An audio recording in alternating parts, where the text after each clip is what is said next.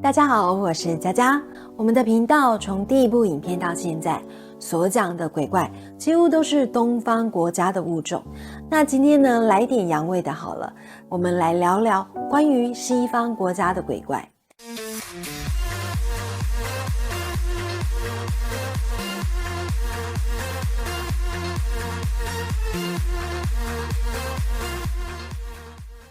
在外国有一种传说生物他们不是人，也不是神，不是妖，也不是魔。后世呢，有人称他们为被上帝所遗弃的孤儿。而很多的故事记载或是电影的描述，都说呢，他们拥有世人非常想要拥有的东西，例如青春，他们永远不会老。不管是什么时候变成这种生物，他们就会永远保持那个样子。第二个是长寿，他们永远不会老死，不管经过100年、1000年，他们很难因为岁月增多而老死。如果是男性的话，通常是风度翩翩或者是帅气俊美；如果是女性的话，通常有着冷艳绝美的脸孔，或者是火辣性感的身材。再来是智慧，这群生物它通常拥有比常人还要高的智商，有可能是活得比较久的关系，见的世面比较广，所以懂得呢也比正常的人多。不管是男性或者是女性他们的力量都高于正常的人类。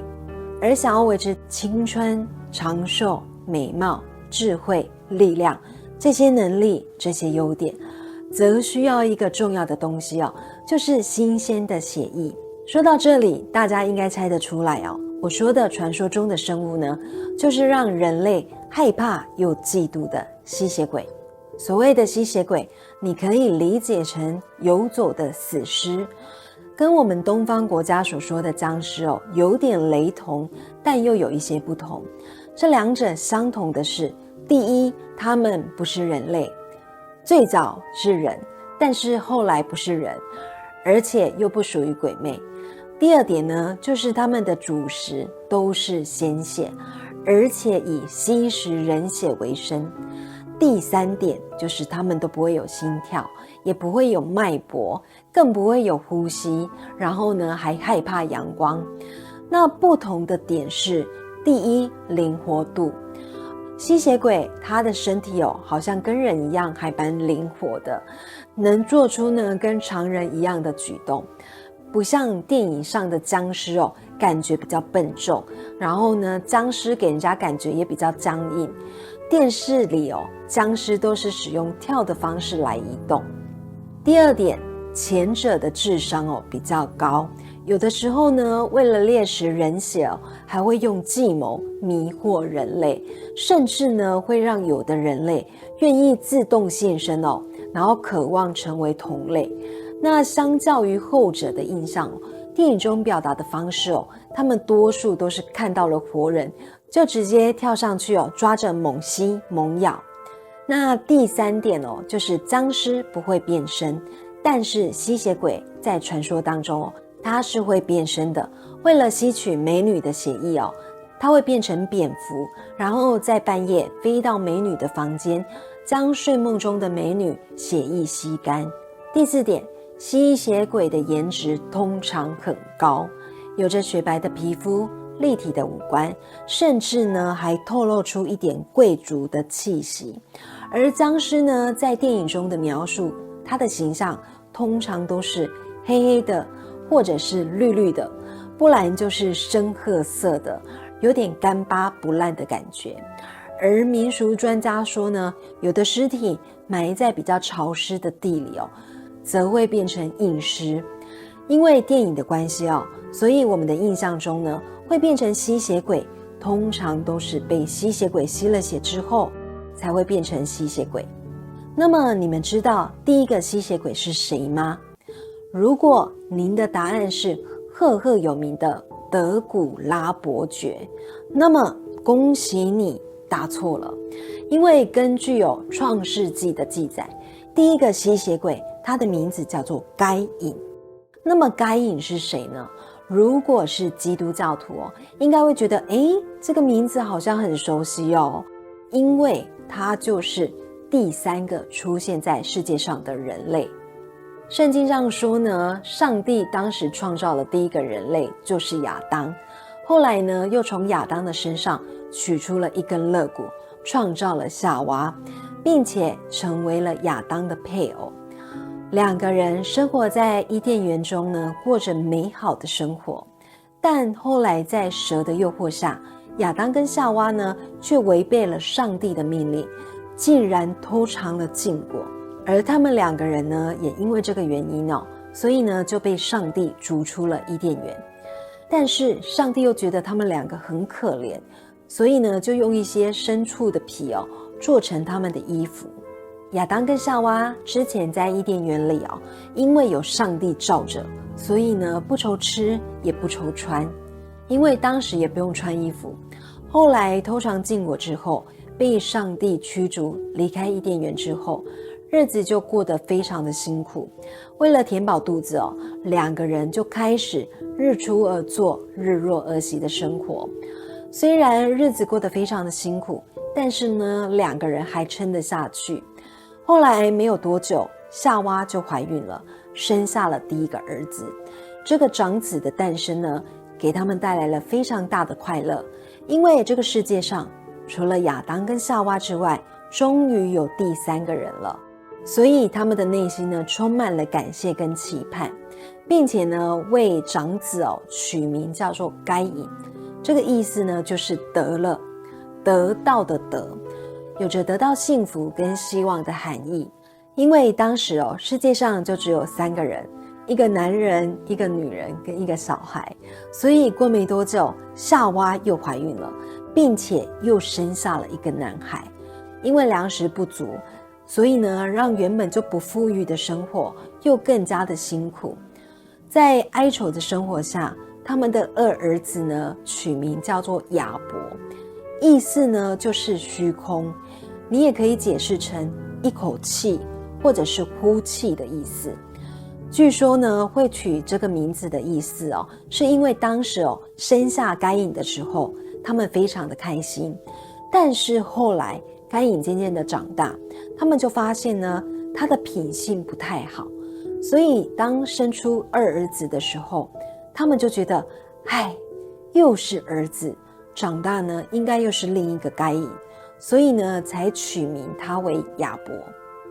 后来2兄弟慢慢的长大了，并且成为亚当跟夏娃的帮手。哥哥该隐呢也学会了耕种粮食，成为农夫，而弟弟亚伯呢则学会了放羊，成为一位牧羊人。2位兄弟呢各自做着自己的工作，生活呢也相安无事。有一天到了要献祭的日子，上帝呢就要求该隐跟亚伯献上自己最宝贵的东西。因为当时他们最重要的东西就是蔬菜跟粮食，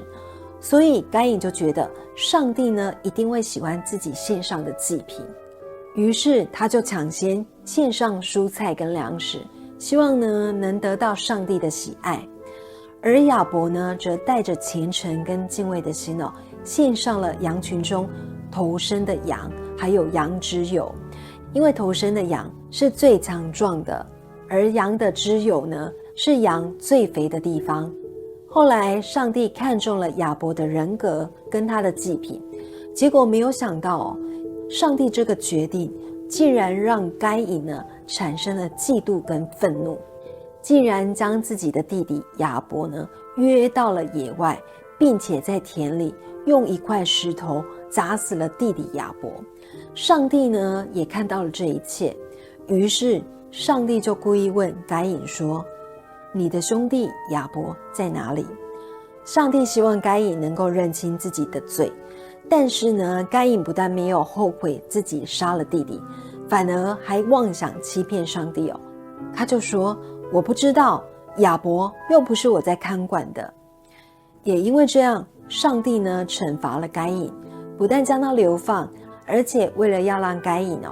永远能够在流放中受苦受罪，所以上帝呢特别给他做了一个记号，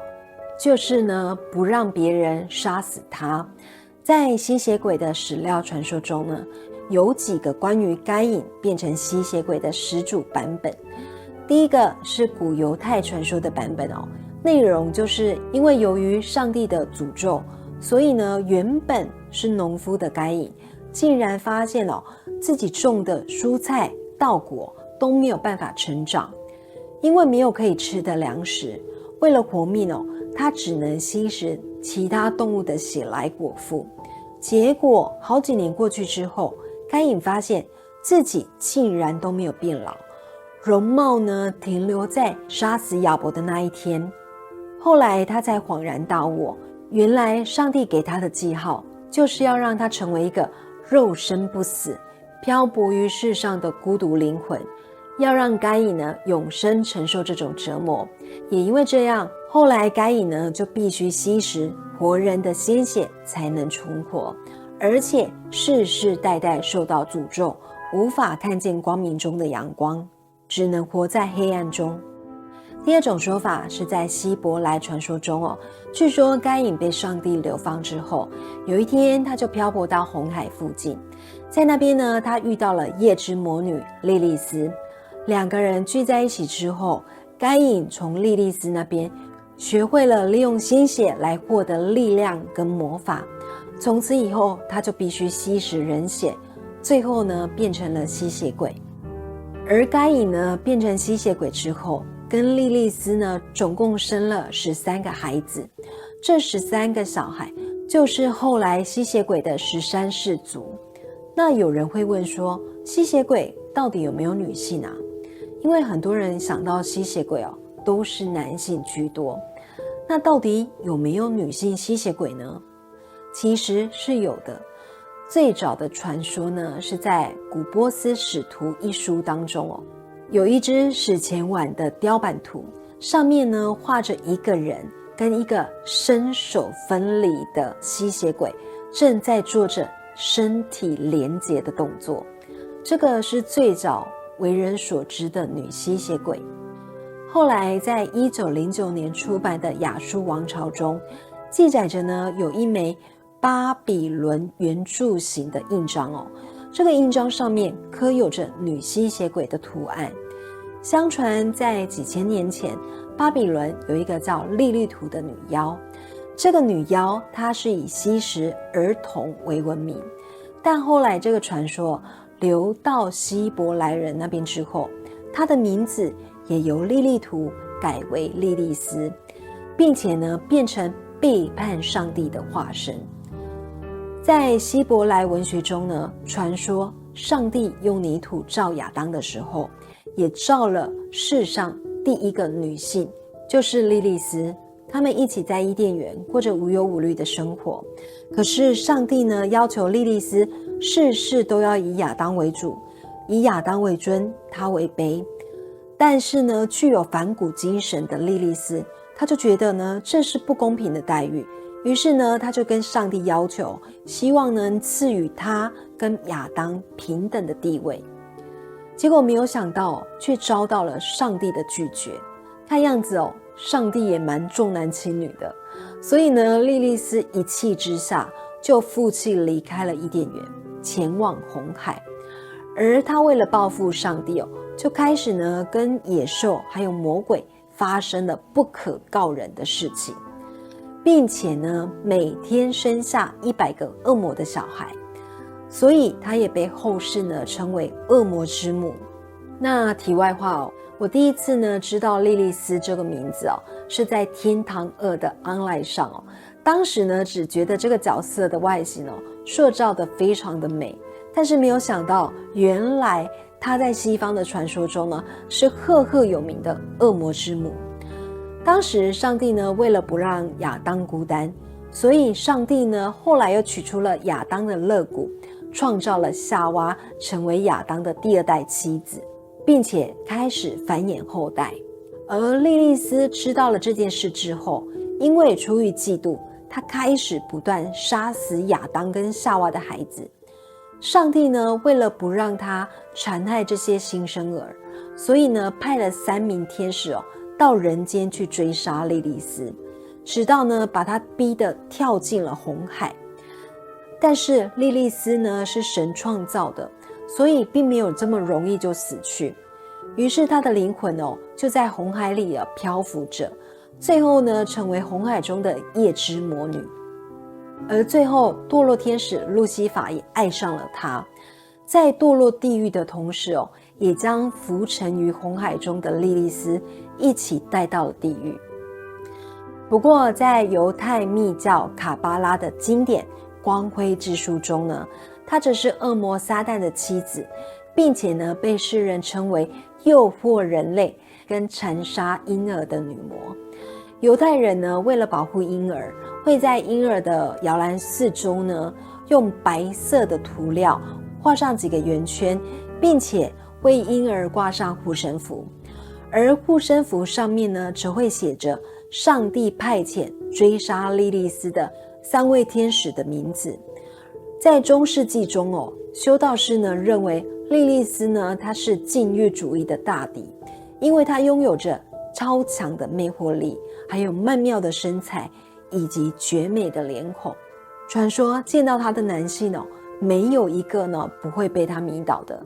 而她也靠吸取男人的精血来获得长生不老。关于她的传说也被后世记载为撒旦的情人、夜之魔女，或者是法力高强的女巫，并且教导该隐如何使用鲜血产生力量以供己用。所以呢跟吸血鬼的起源也有非常大的关系。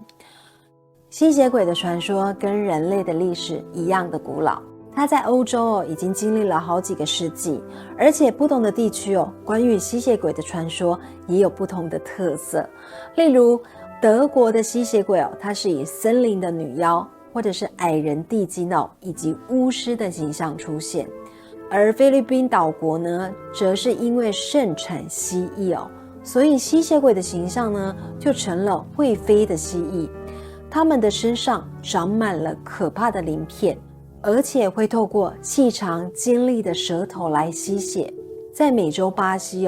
因为有大片的热带雨林，林中的蛇类跟猴类呢横行，所以吸血鬼呢在这边又化身为蛇或者是邪恶的半人半猴的形象出现。而世界上呢最负盛名的吸血鬼形象则是源自秘鲁。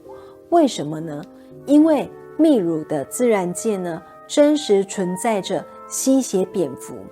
那里是吸血蝙蝠的老巢。而英文中呢第一次出现吸血鬼 vampire 这个词是在1732年的时候。由此可见在18世纪之前并没有现代意义上的吸血鬼一词。有历史学家就认为呢，欧洲历史上呢多次爆发的黑死病才是吸血鬼传说呢开始深入人心的根源。黑死病在我之前的影片中呢有介绍到，它是由老鼠引起的疫病，被感染的患者呢，他们的皮肤会因为皮下出血而变黑，而黑色呢在西方国家又象征着忧郁、哀伤、恐惧，所以黑死病呢也是造成全球人类死亡非常有名的一种疫病。因为在当时医疗条件不发达的时代，很多人呢因为传染而死去。由于恐惧所以当时呢有一些染疫的病人他们还没有死掉，只是休克而已，就被人家呢误以为他已经病发身亡，所以就被装在棺材里匆匆下葬。当这些人苏醒之后，就会努力挣扎并且爬出墓地，于是在那个年代他们就成了吸血鬼传说的例证之一。因为很多人觉得已经死掉而且下葬的人竟然会复活爬出坟墓，他们绝对是吸血鬼啊。近年来随着电影、漫画或者是小说的刻画下，吸血鬼给人的印象已经不再那么可怕，反而多了一份高贵感。不相信的话呢，再过几天的万圣节一定会有人装扮成吸血鬼，而且装扮成吸血鬼的比例呢还非常的高。在节目的尾声要提醒大家，年关将近喽，有婚礼啊、尾牙或者是活动商演的需求，赶快加入我们爱先锋的官方 LINE 小老鼠869 IXXVK。优质的活动服务团队呢，为您规划完美的节目流程，不管是乐团表演或者是硬体架设，都可以找我们哦。我们用心在活动的每个细节。那今天呢，跟大家聊吸血鬼的话题哦，就到这边结束了。下期的影片呢，将会跟您分享被世人誉为吸血鬼的真实人物。我是佳佳，我们下周见，拜拜。